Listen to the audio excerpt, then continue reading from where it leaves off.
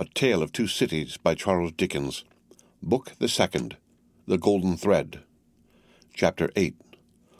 Monseigneur in the Country.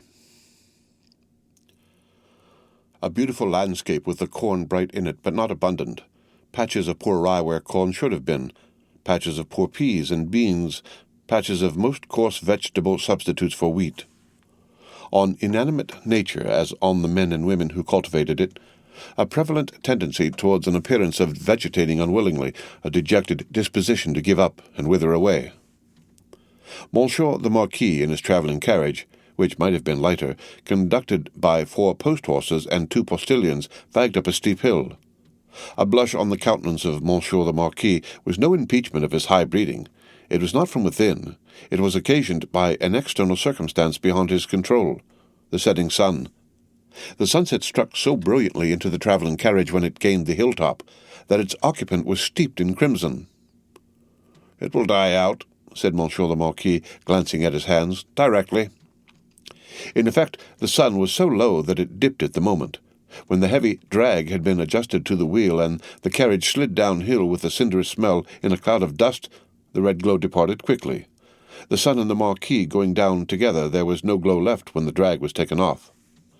But there remained a broken country, bold and open, a little village at the bottom of the hill, a broad sweep and rise beyond it, a church tower, a windmill, a forest for the chase, and a crag with a fortress on it used as a prison.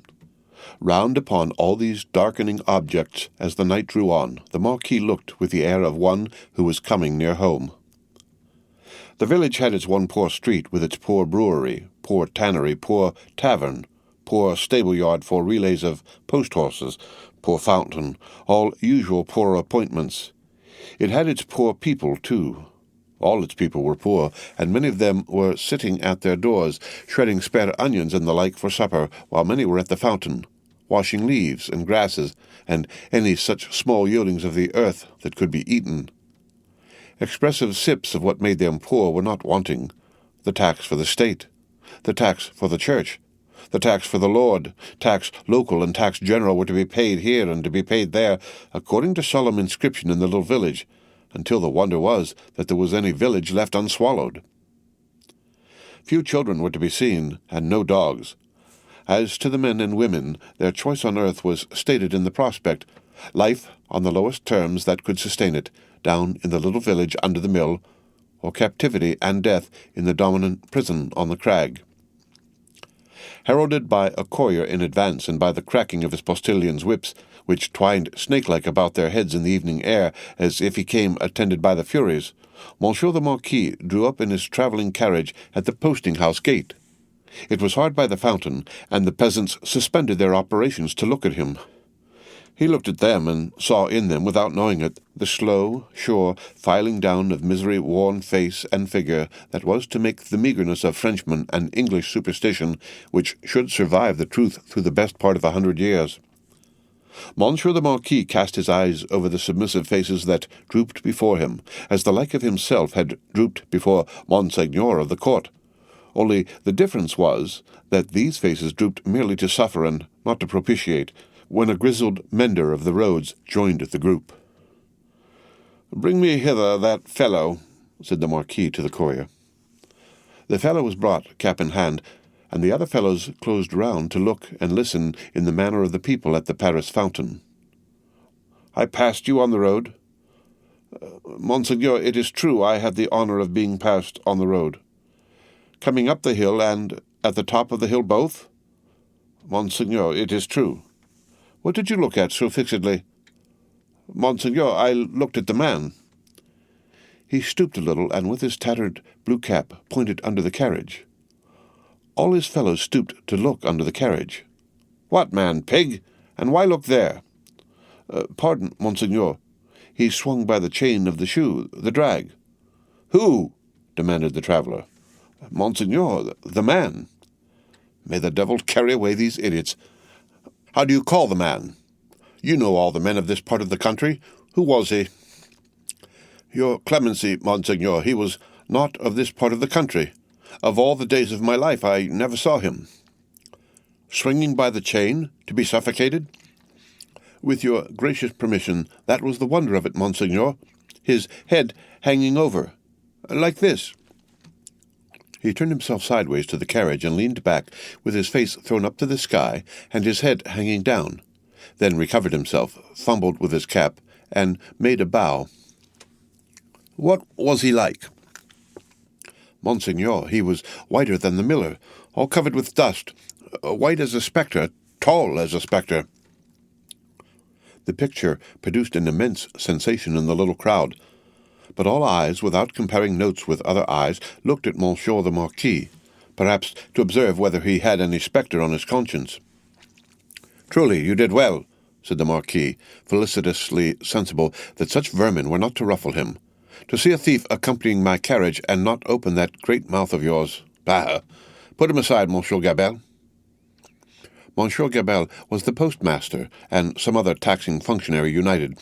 He had come out with great obsequiousness to assist at this examination, and had held the examined by the drapery of his arm in an official manner. "Bah! Go inside," said Monsieur Gabelle. "Lay hands on this stranger if he seeks to lodge in your village tonight, and be sure that his business is honest, Gabelle." "Monseigneur, I am flattered to devote myself to your orders." "Did he run away, fellow? Where is that accursed?" The accursed was already under the carriage with some half-dozen particular friends, pointing out the chain with his blue cap. Some half-dozen other particular friends promptly hauled him out and presented him breathless to Monsieur the Marquis. "Did the man run away, dolt, when we stopped for the drag?" "Monseigneur, he precipitated himself over the hillside head first, as a person plunges into the river." "See to it, Gabelle. Go on." The half-dozen who were peering at the chain were still among the wheels, like sheep. The wheels turned so suddenly that they were lucky to save their skins and bones. They had very little else to save, or they might not have been so fortunate. The burst with which the carriage started out of the village and up the rise beyond was soon checked by the steepness of the hill. Gradually it subsided to a foot-pace, swinging and lumbering upward among the many sweet scents of a summer night. The postilions, with 1,000 gossamer gnats circling about them in lieu of the furies, quietly mended the points to the lashes of their whips. The valet walked by the horses. The courier was audible, trotting on ahead into the dun distance. At the steepest point of the hill there was a little burial ground with a cross and a new large figure of our Saviour on it. It was a poor figure in wood, done by some inexperienced rustic carver, but he had studied the figure from the life, his own life, maybe, for it was dreadfully spare and thin. To this distressful emblem of a great distress that had long been growing worse, and was not at its worst, a woman was kneeling. She turned her head as the carriage came up to her, rose quickly, and presented herself at the carriage door. "It is you, Monseigneur." "Monseigneur, a petition." With an exclamation of impatience, but with his unchangeable face, Monseigneur looked out. "How then? What is it? Always petitions." "Monseigneur, for the love of the great God, my husband, the forester." "What of your husband, the forester? Always the same with you people. He cannot pay something?" "He has paid all, Monseigneur. He is dead." "Well, he is quiet. Can I restore him to you?" "Alas, no, Monseigneur, but he lies yonder under a little heap of poor grass." "Well?" "Monseigneur, there are so many little heaps of poor grass." "Again, well?" She looked an old woman, but was young. Her manner was one of passionate grief. By turns she clasped her veinous and knotted hands together with wild energy, and laid one of them on the carriage door, tenderly, caressingly, as if it had been a human breast, and could be expected to feel the appealing touch. "Monseigneur, hear me. Monseigneur, hear my petition. My husband died of want. So many die of want, so many more will die of want." "Again, well, can I feed them?" "Monseigneur, the good God knows, but I don't ask it.